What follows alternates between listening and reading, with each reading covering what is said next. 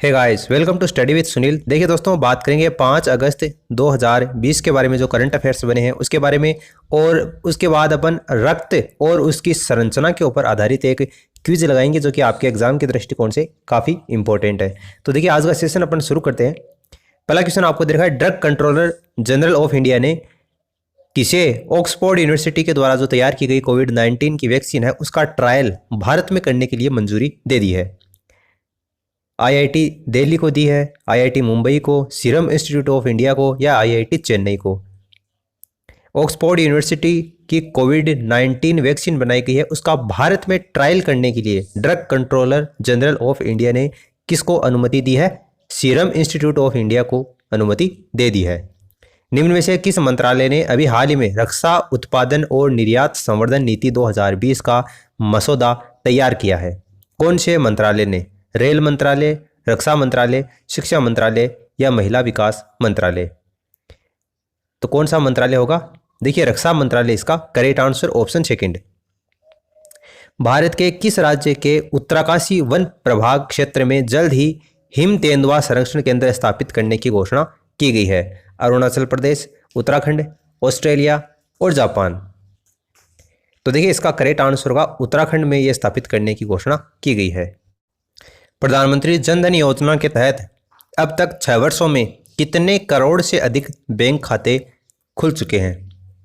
प्रधानमंत्री जन धन योजना के तहत 6 वर्षों में कितने करोड़ से अधिक बैंक खाते खोले जा चुके हैं? तो देखिए, 40 करोड़ क्या होगा इसका करेक्ट आंसर होगा। अमेरिकी राष्ट्रपति डोनाल्ड ट्रंप ने अभी हाल ही में किस वीजा के नियम में बदलाव किया है? अमेरिकी राष्ट्रपति डोनाल्ड ट्रंप ने अभी हाल ही में किस वीजा के नियमों में बदलाव किया है? तो देखिए, H1B वीजा क्या होगा इसका करेक्ट आंसर होगा। इस वीजा के तहत जो कोई भी अप्रवासी है उसको 6 साल तक अमेरिका में रहकर व्यापार करने की अनुमति होती है। तो H1B वीजा क्या होगा इसका करेक्ट आंसर होगा। राजस्थान सरकार ने राजस्थान न्यायिक सेवा में अति पिछड़ा वर्ग को कितने प्रतिशत का आरक्षण देने के लिए मंजूरी दे दी है? अति पिछड़ा वर्ग को कितने प्रतिशत का आरक्षण देने के लिए राजस्थान न्यायिक सेवा ने मंजूरी दे दी है? तो देखिए, 5% क्या होगा इसका करेक्ट आंसर होगा। भारत को अगरबत्ती उत्पादन में आत्मनिर्भर बनाने के लिए किसके द्वारा प्रस्तावित एक अद्वितीय रोजगार सृजन कार्यक्रम को मंजूरी दी गई है? आत्मनिर्भर बनाने के लिए भारत को अगरबत्ती उत्पादन में एक अद्वितीय रोजगार सृजन कार्यक्रम को मंजूरी। देखिए, खादी और ग्रामोद्योग आयोग क्या होगा इसका करेक्ट आंसर होगा। यूपीएससी की सिविल सर्विसेज 2019 के एग्जाम में कौन से राज्य के प्रदीप सिंह ने टॉप किया है? प्रदीप सिंह का संबंध कौन से राज्य से है? तो देखिए, हरियाणा राज्य से है, और हरियाणा राज्य में एक जगह है जिसका नाम है सोनीपत, तो वहां से प्रदीप सिंह का संबंध है। हरियाणा क्या होगा इसका करेक्ट आंसर होगा। बीसीसीआई ने उम्र में धोखाधड़ी करने पर कितने साल का बैन लगाने की घोषणा की है? बीसीसीआई ने उम्र में धोखाधड़ी करने पर कितने साल का बैन लगाने की घोषणा की है?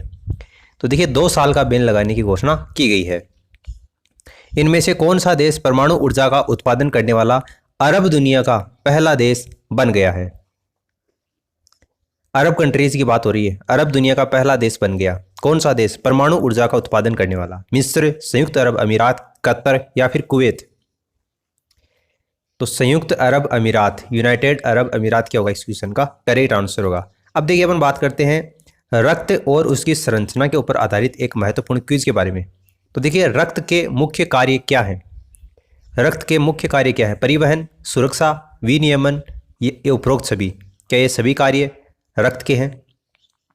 तो बिल्कुल ये सभी कार्य हैं, ऑप्शन डी। इसमें उपरोक्त सभी आपको दे रखा है, ये क्या हो जाएगा इसका करेक्ट आंसर हो जाएगा। निम्नलिखित में से कौन सा पदार्थ रक्त द्वारा ट्रांसपोर्ट किया जाता है? कौन सा पदार्थ रक्त के द्वारा ट्रांसपोर्ट किया जाता है?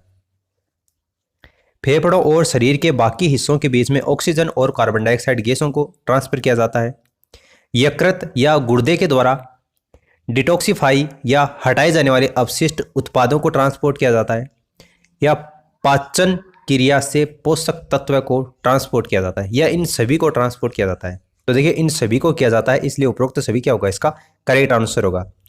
लाल रक्त जो कोशिका होती हैं, रेड ब्लड सेल्स, उनको किसके रूप में जाना जाता है? लाल रक्त कोशिकाओं को किसके रूप में जाना जाता है? एंथ्रोसाइट्स के रूप में, प्लेटलेट्स के रूप में, ल्यूकोसाइट्स के रूप में, या फिर इन तीनों में से कोई सा भी नहीं। रेड ब्लड सेल्स को किसके रूप में जाना जाता है? तो देखिए एंथ्रोसाइट्स के रूप में जाना जाता है। ऑप्शन फर्स्ट क्या होगा इसका? करेक्ट आंसर होगा। प्लेटलेट्स को और किस नाम से जाना जाता है? प्लेटलेट्स को और किस नाम से जाना जाता है? तो देखिए इसको थ्रोम्बोसाइट्स के नाम से भी जाना जाता है प्लेटलेट्स को। ऑप्शन सी क्या हो जाएगा इसका आंसर हो जाएगा। उन घटकों का नाम बताइए जो प्लाज्मा में पाए जाते हैं। उन घटकों का नाम बताइए जो कि प्लाज्मा में पाए जाते हैं। प्लाज्मा में क्या पाए जाते हैं? प्रोटीन, गैसें, पोषक तत्व या उपरोक्त सभी। तो देखिए प्लाज्मा के अंतर्गत प्रोटीन भी पाई जाती है, गैसें भी पाई जाती हैं और पोषक तत्व भी पाए जाते हैं, इसलिए उपरोक्त सभी क्या हो जाएगा इसका करेक्ट आंसर हो जाएगा। लाल रक्त कोशिकाओं के बारे में निम्नलिखित में से कौन सा कथन सही है? रेड ब्लड सेल्स के बारे में कौन सा कथन सही है वो आपको बताना है। लाल रक्त कोशिकाएं फेफड़ों से ऑक्सीजन को शरीर के सभी कोशिकाओं तक पहुंचाता है। लाल रक्त कोशिकाओं में इसमें हीमोग्लोबिन नामक वर्णक होता है। इसके अलावा लाल रक्त कोशिकाओं में नाभिक का अभाव होता है, या उपरोक्त सभी सही है? तो बिल्कुल रेड ब्लड सेल्स के बारे में ये तीनों कथन आपको जो दे रखे हैं वो तीनों ही सही है, इसलिए उपरोक्त सभी क्या हो जाएगा इसका करेक्ट आंसर हो जाएगा। श्वेत रक्त को जो कोशिकाएं होती हैं व्हाइट ब्लड सेल्स, उसको कितने भागों में विभाजित किया जाता है? व्हाइट ब्लड सेल्स को कितने भागों में विभाजित किया जाता है? 2, 3, 4, 5। तो श्वेत रक्त कोशिकाओं को 2 भागों में विभाजित किया जाता है, इसलिए ऑप्शन फर्स्ट क्या हो जाएगा इसका आंसर हो जाएगा। CITES किस वैश्विक मुद्दे से संबंधित है?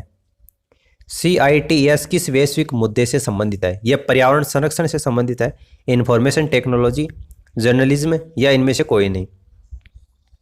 तो CITES का संबंध है वो पर्यावरण संरक्षण से संबंधित है। ऑप्शन फर्स्ट क्या हो जाएगा इसका आंसर हो जाएगा। क्लार्क बी बेविन पुरस्कार किससे संबंधित है? क्लार्क बी बेविन पुरस्कार किससे संबंधित है? वन्यजीव सुरक्षा, पर्यावरण संरक्षण, जल संरक्षण, या फिर खेल के क्षेत्र में दिया जाता है? क्लार्क बी बेविन पुरस्कार वन्यजीव सुरक्षा से संबंधित है, इसलिए ऑप्शन फर्स्ट क्या होगा इसका करेक्ट आंसर होगा। GRIHA गृह मानक किससे संबंधित है? गृह मानक किससे संबंधित है? जल मानक है, पर्यावरण मानक है, आर्किटेक्चर मानक है, या इनमें से कोई नहीं? तो ये किससे संबंधित है? पर्यावरण मानक से संबंधित है। ऑप्शन सेकंड इसका आंसर होगा। राष्ट्रीय वन्यजीव बोर्ड का चेयरमैन कौन होता है? राष्ट्रीय वन्यजीव बोर्ड का चेयरमैन कौन? प्रधानमंत्री, राष्ट्रपति, पर्यावरण मंत्री, या उपराष्ट्रपति? राष्ट्रीय वन्यजीव बोर्ड का चेयरमैन कौन होता है? कौन होता है? प्राइम मिनिस्टर होता है। प्रधानमंत्री क्या होगा इसका करेक्ट आंसर होगा। परम्बिकुलम वन्यजीव अभयारण्य कौन से प्रदेश में है? कौन से राज्य में, वो आपको बताना है। परम्बिकुलम वन्यजीव अभयारण्य कौन से प्रदेश में है? केरल, तमिलनाडु, आंध्र प्रदेश, या कर्नाटक? तो केरल क्या होगा इस क्वेश्चन का करेक्ट आंसर होगा। केरल में है परम्बिकुलम वन्यजीव। इनमें से कौन सी संधि या प्रोटोकॉल अंटार्कटिका में खनन पर रोक लगाता है? अंटार्कटिका में खनन पर रोक कौन सी संधि या प्रोटोकॉल लगाता है? Antarctica environment protocol, Geneva protocol, Tokyo protocol, या इनमें से कोई नहीं? अंटार्कटिका में खनन पर रोक कौन सा लगाता है? तो देखिए इसका आंसर होगा Antarctica environment protocol, option first. Fast food से निपटने के लिए कौन से देश में आंदोलन चला है? फास्ट फूड से निपटने के लिए कौन से देश में आंदोलन चला है? इटली, जर्मनी, फ्रांस, या जापान? तो फास्ट फूड से निपटने के लिए इटली में एक आंदोलन चला है। ऑप्शन फर्स्ट क्या होगा इसका करेक्ट आंसर होगा। तो उम्मीद है आपको इस वीडियो से कुछ ना कुछ नया ही जानने को मिला होगा। इस वीडियो में फिलहाल इतना ही। Thanks for listening and as always God bless you all.